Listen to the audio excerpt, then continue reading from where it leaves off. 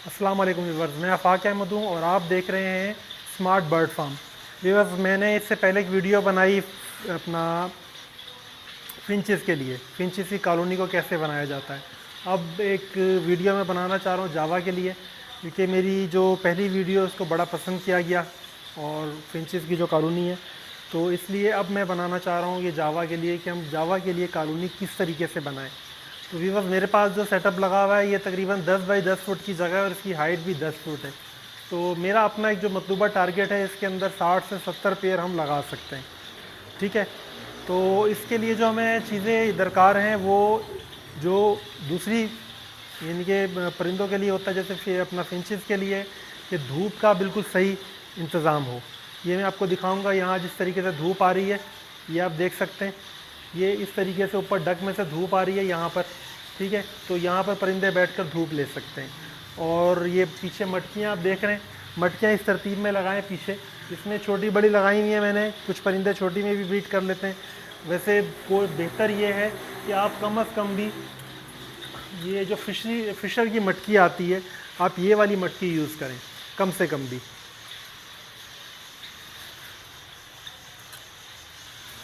और जावा जो है ये नहाने वाला बर्ड है, इसको ये रेन फॉरेस्ट टाइप के इलाकों में ग़ालिबन रहता है। तो इसको आप इस तरह का बर्तन ले लें मिट्टी का, और इसके अंदर जो है पानी आप रोज़ाना रखें। ये जो लोग बड़े फार्मर हैं वो तो कहते हैं कि सर्दी गर्मी दोनों में आप रोज़ाना पानी दें। बहरहाल मैं खुद अपने तौर पर थोड़ी सी एहतियात करता हूँ कि जब ज़्यादा ठंड होती है सर्दियों में, तो उन दिनों इनको हफ्ते में 2-3 दफ़ा पानी देता हूँ पर डे, रोज़ाना नहीं देता नहाने के लिए। तो गर्मियों में आप 2 दफ़ा भी रख दें तो कोई मसला नहीं है, परिंदा ये नहाता है। और इसमें ये होता है कि मैं अब जो पानी इनको रखता हूँ नहाने के लिए, उसके अंदर हल्की सी पिनकी डाल देता हूँ, हल्का सा गुलाबी हो जाता है पानी। उससे ये होता है कि इनको माइंड्स वगैरह जो कीड़े वगैरह जुएँ हो जाती हैं उससे महफूज रहते हैं और परिंदे साफ़ सुथरे रहते हैं। तो ये एक तरीक़ेकार है। बाकी जो यूँ समझ लें कि फ़ूड का इसका वो है, उसके लिए मैं एक वीडियो बना के पहले छोड़ चुका हूँ यूट्यूब पर। तो ये इसकी सॉफ्ट फूड जावा का एक जो बड़ा फ़ायदा मुझे नज़र आया वो ये है कि जावा राइस बर्ड है। आप इसको उबाल के चावल में 70-80 रुपये वाला टोटा चावल जो मिलता है आप वो दें, बहुत शौक़ से खाता है। सब्ज़ियाँ मिला दें उसके साथ, ये बहुत शौक़ से परिंदा जो सा है चावल को खाता है। बाकी इसके अलावा बारीक अपना मोटी कंगनी, बारीक कंगनी, बाजरा, ये आप खुश्क में इसमें रख दें बड़े बर्तनों में। और पानी के लिए जो इस तरह का एक बर्तन इस्तेमाल होता है वो आप पानी के लिए बर्तन इस्तेमाल कर लें, वो बिल्कुल ये तो मार्केट से मिल जाते हैं। इसके बारे में मैंने एक वीडियो बनाई हुई है, आप देख सकते हैं कि इस तरह के बर्तन को इस्तेमाल करने का फ़ायदा क्या है। तो व्यूअर, और मज़ीद ये है कि जावा की जो तकरीबन ब्रीडिंग की एज होती है, जावा जो मैंने खुद से वो किया है, वैसे तो ये है कि फार्मर्स जो यूँ समझ लें पुराने तजर्बाकार हैं वो तो कहते हैं कि 8 से 10 महीने तकरीबन जावा को चाहिए होते हैं एडल्ट होने के लिए। लेकिन मैंने देखा है कि 6-7 महीने के अंदर जावा एडल्ट हो जाता है, 6 महीने 7 महीने के अंदर एडल्ट हो जाता है और ये ब्रीड पर आ जाता है।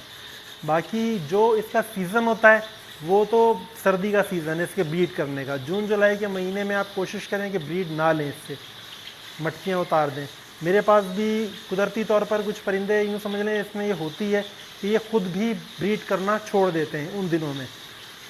कुछ लोग यानी कि जो यूँ समझ लें कि मैंने भी जो जिन लोगों से सीखा वो कहते हैं कि भाई परिंदा खुद से इतना अक्लमंद होता है, उसको पता होता है कि वो किन दिनों में ब्रीड करे और किन दिनों में ना करे, तो वो खुद से भी ब्रीड रोक लेते हैं। मैंने बहरहाल यूँ समझ लें कि ये जून और ये यूँ समझ लें कि जुलाई का ये महीना है, मेरे पास अक्सर परिंदे ब्रीड से रुके हुए हैं, क्योंकि नए पेयर थे खुद से अभी वो रुके हुए हैं। ये ब्रीड जो मेरी स्टार्ट होगी इंशाल्लाह जून जुलाई के बाद ही स्टार्ट होगी मेरे पास भी। तो वो एक बेहतर मौसम होता है जून जुलाई से के बाद से लेकर और फिर दोबारा मार्च अप्रैल तक, ये इसका बेहतरीन सीज़न है इसको ब्रीड करवाने के लिए।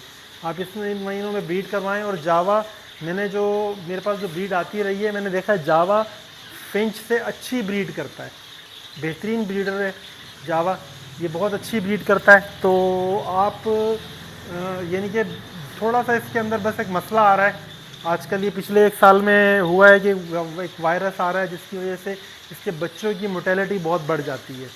जो बच्चे एडल्ट हो रहे होते हैं, यूँ समझ लें कि सेल्फ हो रहे होते हैं, मतलब वो दाना वगैरह ख़ुद उठाने लगते हैं, उस एज में जाके इसके बच्चे मर रहे थे। पिछले साल में हुआ है बहुत सारे ब्रीडर्स का नुकसान हुआ है इसके अंदर। तो इसकी वजह से थोड़ा सा जावा का यूँ समझ लें कि लोग इसकी तरफ से डरे हुए हैं। बहरहाल मेरी अपनी भी कुछ लोगों के साथ मशवरा रहता है और एक दवाई हम इस्तेमाल कर रहे हैं, और भी कुछ बड़े हमारे उस्ताद हैं वो भी कर रहे हैं। इंशाल्लाह अभी तक रिज़ल्ट बेहतर है। जब मैं भी मुतमईन हो जाऊंगा तो उसके ऊपर इंशाल्लाह मैं वीडियो बनाऊंगा और मैं आपको तफसील से बताऊंगा कि मैंने वो किस तरीके से यूँ समझ लें कि दवाई इस्तेमाल कराई और उसका क्या फ़ायदा हुआ इंशाल्लाह फ़र्दन। क्योंकि नए फार्मर के लिए सबसे बड़ा मसला जो होता है, एक तो जो मैंने बताया कि सेल के लिए होता है कि वो परिंदों को सेल करना, और दूसरा एक बड़ा मसला होता है जिसमें अक्सर ब्रीडर मैंने देखा है कि वो डिसार्ड हो जाते हैं। फिर जो फार्मर हैं अक्सर डिसार्ड हो जाते हैं, वो है परिंदों में बीमारियों का मैटर। तो इंशाल्लाह मैं अगले कुछ दिन के अंदर कुछ ऐसी बुनियादी वीडियोस बनाऊंगा जिसके अंदर परिंदों के पोटों को वॉश करवाना, पोटो अपना परिंदों को डिवार्मिंग करवाना जिनके पेट में कीड़े हो जाते हैं, मोशन जो हो जाते हैं उनके बारे में कि जब मोशन हो जाते हैं तो उसमें हमें यानी समझ लो कि उसकी क्या निशानियाँ हैं, किस तरह की बीट की क्या यानी कि समझ लो कि दवाई आती है, और इन चीज़ों को मैं इंशाल्लाह सही तरीके से मैं आपको बतला सकूँगा कि ये जो हम इसका एक तरह से इलाज है वो कैसे कर सकते हैं। और इंशाल्लाह एक और मेरा एक टारगेट है कि मैं उसमें आपको बिल्कुल पीक तलक, जहाँ यूँ समझ लें कि जो यहाँ कराची के अंदर जो हॉस्पिटल हैं जो इसके बारे में परिंदों की या जानवरों के बारे में टेस्ट वगैरह करते हैं, किस तरीके से करते हैं, मैं कोशिश करूँगा कि वीडियो वो भी बना के डालूँ। क्योंकि ये ही एक खौफ होता है कि जब परिंदा बीमार होता है, फार्म में बीमारी आती है, तो मैंने देखा है पूरे पूरे फार्म भी खाली हुए हैं लोगों के, और वो फिर ऐसा डिसार्ड होते हैं ज़िंदगी में दोबारा कभी फार्मिंग में नहीं आते। तो उससे भी इंशाल्लाह ये खौफ, मेरी कोशिश होगी कि जो ये लोगों में अपना फार्मर्स में खौफ है इसे किसी हद तक ख़त्म कर सकें, और इसमें जो हमारी अपनी इम्प्रूवमेंट हुई है, जो हमने खुद से जो यूँ समझ लें कि एक तरह से तजर्बा हासिल किया है इस फार्मिंग के अंदर, वो हम आप लोगों के साथ शेयर कर सकें। तो व्यूअर्स आपको मैंने इसके बारे में बता दिया। बाकी यूँ समझ लें कि इसको एयर वगैरह वेंटिलेशन बहुत अच्छी चाहिए होती है, और धूप भी इसको रोज़ाना लाजमी चाहिए। जावा इस मामले में फिंच से थोड़ा सेंसिटिव है। जावा को माहौल फिंच से ज़्यादा बेहतर चाहिए होता है। इसको धूप और वेंटिलेशन, एयर वेंटिलेशन और दाना वगैरह ये सब कुछ बहुत अच्छी कंडीशन में चाहिए होता है। पानी रोज़ाना इसको नहाने के लिए चाहिए होता है। तो ये चीज़ें आपको एक तरह से जावा फिंच से ज़्यादा इसका ख्याल रखना पड़ता है। बाकी मेरे पास अभी फार्म में थोड़ी लकड़ियाँ कम लगी हुई हैं, मैं अभी लाया हूँ, लेकिन वो मैंने तरतीब नहीं बना सका। इसमें इस तरह और लकड़ियाँ लगनी चाहिए। अभी 2-3 लकड़ियाँ लगी हुई हैं। ये इधर डक दिया हुआ है मैंने एयर के लिए, यहाँ से सुबह में भी धूप आती है और एयर भी आती है, और बाकी जो नीचे धूप आती है उसके लिए मैंने ये स्टैंड बनाया हुआ जैसा आपको दिखाया था। वहाँ पर आके परिंदे बैठ जाते हैं, पट्ठे वगैरह, और ये धूप इनको जितनी यानी कि ज़रूरत होती है धूप लेते हैं। तो ऐसा भी ना हो कि बिल्कुल यूँ समझ लें कि आप ऐसी जगह पर फार्म बना दें कि जब धूप आए तो परिंदा धूप से बच ही ना सके, क्योंकि मुस्तकिल तौर पर ये धूप में नहीं बैठते। ये आधा घंटा पौना घंटा बैठेंगे। पट्ठे ज़्यादा देर बैठते हैं, जो एडल्ट होते हैं वो थोड़ी देर बैठते हैं फिर उड़ जाते हैं, फिर थोड़ी देर बैठते हैं फिर उड़ जाते हैं। तो इनको मैक्सिमम तकरीबन दिन में 3-4 घंटे धूप, फार्म के अंदर 4 घंटे धूप आनी चाहिए, ताकि वो अपनी जो यूँ समझ लें कि एनर्जी है, विटामिन डी है, वो उससे पूरा कर सकें, और अपने छोटा सा यूँ समझ लें परिंदा होता है वो अपनी जिस्म की गर्मी को पूरा कर सके। क्योंकि जब ठंड का मौसम होता है तो उसमें वो जो थोड़ी सी बहुत एनर्जी वो दिन में कंज्यूम करता है, उसी के ऊपर उसको रात गुजारनी होती है। उसी हीट के ऊपर वो जो उसके जिस्म की हरारत होती है उसी में उसने पूरी रात गुजारनी होती है। तो ये बड़ा अहम इशू है, क्योंकि सर्दियों में ज़रा सी भी हवा लगती है परिंदे को, छोटे परिंदे होते हैं, बड़ी जल्दी डेड हो जाते हैं।